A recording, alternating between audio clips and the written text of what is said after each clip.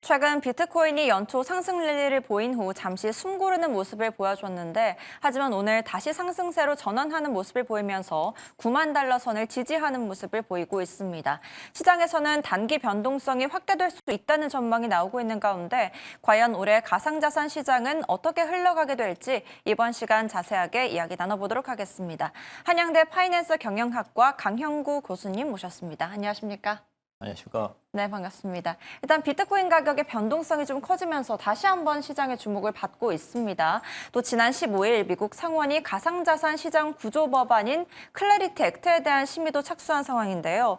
이것이 지난 지니어스 액트와 어떤 점에서 좀 차이가 있는지, 또 이번 클래리티 법안의 심의가 가상자산 규제 체계의 대전환의 포인트가 될 수도 있을지에 대해서도 한 말씀 부탁드릴게요. 예, 일단 지니어스 액트는 가상자산 중에서도 요즘은 디지털 자산이라고 하는데요. 그중에서도 스테이블 코인에 초점을 맞춘 거고요. 그다음에 이번에 클래리티 액트, 우리나라 말로 명확화 법안은 좀 더 말씀하신 대로 대전환이 맞는 것 같습니다. 그러니까 이제 가상자산 생태계는 흔히 미국 서부에 비교가 됐었거든요. 그러다 보니까 이제 규제기관은 미국 보안관 역할을 한 거죠. 그래서 문제가 있다고 생각하면 끼어들어서 개입을 해가지고 법원으로 끌고 들어가고 이런 사후적으로 했는데, 이러다 보니까 이제 비용이 너무 많이 드는 거예요. 기업하는 사람들도 너무 불안하고. 그래서 이러지 말고 좀 룰을 명확하게 세팅을 해보자. 어떤 거는 뭐 증권형이니까 미국 증권위원회가 규제하고, 어떤 건 뭐 사과나 뭐 생선 같은 상품성 커머더티니까 미국 상품선물위원회에서 규제하고, 어떤 건 말씀하신 대로 스테이블 코인 같은 거니까 거기에 맞게 규제하고, 이렇게 명확하게 하자는데 초점이 있는 것 같습니다. 네, 광범위했던 디지털 자산의 법적 성격을 규정하게 되면서 시장의 제도권 편입을 뒷받침하게 될 거라는 그런 생각이 듭니다. 그렇다면 이번 미국의 클래리티 법안 통과 시 국내 가상자산 시장에는 어떻게 영향을 미치게 될지, 제도화에는 또 어떻게 영향을 미치게 될지도 궁금합니다. 국내 제도화에도 굉장히 큰 영향을 줄 것 같습니다. 왜냐하면 결국 이것도 결국 금융인데요. 금융은 미국이 글로벌 표준일 수밖에 없습니다. 그래서 미국의 글로벌 표준을 따라야 되고, 물론 우리가 좀 차이가 있을 수는 있겠죠. 그렇지만 너무 차이가 나면 소위 말하는 규제 아비트리지라는 게 발생해서 그에 따른 국내 산업이 피해를 보거나 또 이럴 수도 있습니다. 그래서 국내 자산이 클래리티 액트와 좀 이렇게 정합성이 있게 좀 바뀌게 될 것 같습니다. 네. 또 클래리티 법안이 가상자산 시장에 명확한 가이드라인을 제공하고, 그러면서 요건을 충족한다면 CFTC의 완화된 규제를 받게 되잖아요. 그렇다면 이렇게 완화된 규제를 받게 됐을 때 투자자 보호에 대해서 약간 약화될 수 있지 않을까 하는 우려도 조금 있거든요. 이에 대해서는 어떻게 보실까요? 일단 규제 완화와 그다음에 소비자 보호 간에 직접적인 연관성은 없는 것 같습니다. 우리 금융 쪽을 특히 보면 소비자를 보호하려고 규제를 강화했는데 궁극적으로 소비자들 피해가 가는 경우도 많았거든요.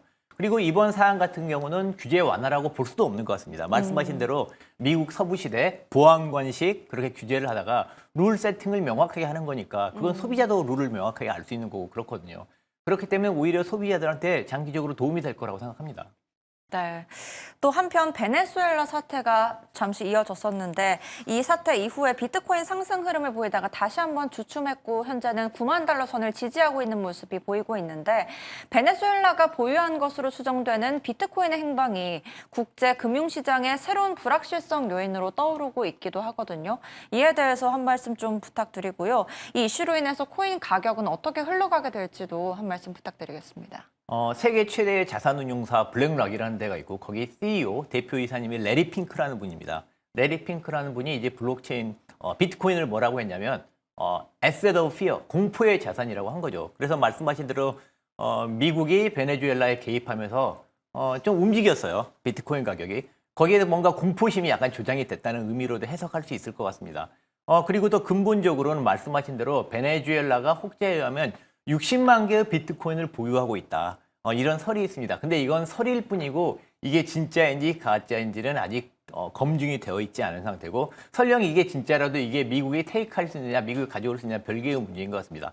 만약 실제로 베네수엘라가 60만 개의 비트코인을 가지고 있고 그게 미국에 귀속된다면 우리는 판단을 해봐야 될 것 같아요.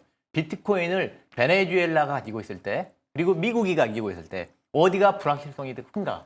어디가 현금화돼서 시장에 풀릴 가능성이 많은가? 우리가 이걸 생각해 봐야 된다고 생각합니다. 저는 미국이 가지고 있는 게 오히려 안전할 수도 있다고 생각합니다. 네, 베네수엘라가 보유했는지 미국이 보유했는지 상관없이 그렇다면 이번 사태로 인해서 비트코인 가격이 출렁였던 그 이유는 무엇이었나요? 아까 말씀드린 대로 이제 비트코인이라는 게 레리 핑크 같은 분 말씀이면 에스 더 피어 공포의 자산이라고 했고 미국이 베네수엘라에 개입한 거에 대해서 뭔가 공포심을 느끼는 사람들이 있었나 봐요. 그런 걸로도 생각할 수 있을 것 같고요. 다만 한 4, 5% 정도 움직였는데 또 장기적으로 보면 그렇게 움직이는 늘상 있는 일이라 과연 그 당시에 이제 비트코인 가격이 좀 움직이고 그런 게 이제 베네수엘라 직접적인 연관성이 있는지 그게 좀 의심이 되는 거기도 합니다. 사실 비트코인만 움직인 게 아니라 그때 금 가격, 석유 가격 다 같이 움직였거든요. 금, 비트코인 같이 올라갔습니다. 그렇게 되면 비트코인에만 특정한 영향을 준 사건이라고 볼 수 없을 것 같습니다. 네, 그렇다면 새해 가상자산 시장 전망에 대해서는 어떻게 보실까요? 새해 가상자산 시장 전망에 대해서는 말씀하신 대로 가상자산에 좀 특화된 특수한 요소를 고려할 필요도 없고 시장 전체와 같이 움직이는 요소도 같이 봐야 될 필요가 있을 것 같습니다. 흔히 예를 들어 비트코인이나 가상자산 시장 가격은 최근에 나스닥이랑 많이 같이 움직이고 있거든요. 그러니까 이제 새해 나스닥이 올라갈 것 같으면 예를 들어 AI 버블 같은 문제를 듣고 나스닥이 올라갈 것 같으면 이제 비트코인도 올라갈 가능성이 많다고 생각합니다. 다만 이제 비트코인이나 가상자산은 또 나스닥과 다른 요소도 있거든요. 아까 말씀드린 대로 비트코인이 공포의 자산이라고 했으니 요즘 중요한 지오폴리티컬 이슈, 지정학적 이슈, 그다음에 미중 패권 전쟁, 그다음에 뭐 또 다른 전쟁이 발생한다든가 이런 지정학적인 리스크 때문에 또 영향을 받을 정도 있다라고 생각합니다. 다만 이번에 클래러티 액트 같은 미국에서 법제화가 계속되고 있기 때문에 일단 생태계 자체는 커질 것 같아요. 가상자산 생태계는 커지고 가상자산 생태계가 커진다는 건 비트코인이나 기존 자산 입장에서 봤을 땐 경쟁자들이 늘어난다고 생각할 수 있을 것 같거든요. 그래서 특정 자산에 우리가 이제 투자를 할 때 베팅을 한다기보다도 그 생태계가 커질 때 어느 회사나 자산이 가장 큰 베너핏을 받을 것인가 거기에 초점을 맞춰서 투자를 하는 게 맞다고 생각합니다. 네.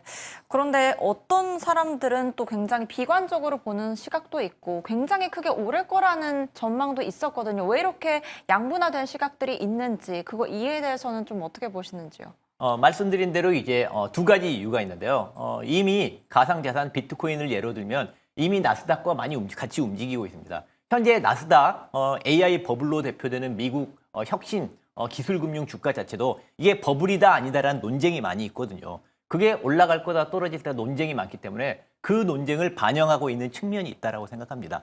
한편 비트코인이나 가상자산은 그와 함께 어떤 공포에 대한 베팅, 공포에 대한 해칭 수단이기 때문에 새해에 사람들이 2025년도보다 훨씬 더 지오폴리티컬한 그다음에 세계 경제적으로 중요한 이슈들이 많이 발생할 것이라고 생각되면 거기에 따라서 출렁이고 또 가격도 영향을 받을 거라고 생각합니다. 바로 그런 거에 대해서 우리가 예측하기 힘든 불확실성이 워낙 크기 때문에 그에 따라서 사람들의 예측도 달라지는 것 같습니다. 네, 그렇군요. 오늘 말씀 여기까지 듣도록 하겠습니다. 비트코인 가격의 변동성과 전망, 또 가상자산 관련 법안의 영향까지 살펴봤습니다. 오늘 말씀 감사합니다. 감사합니다.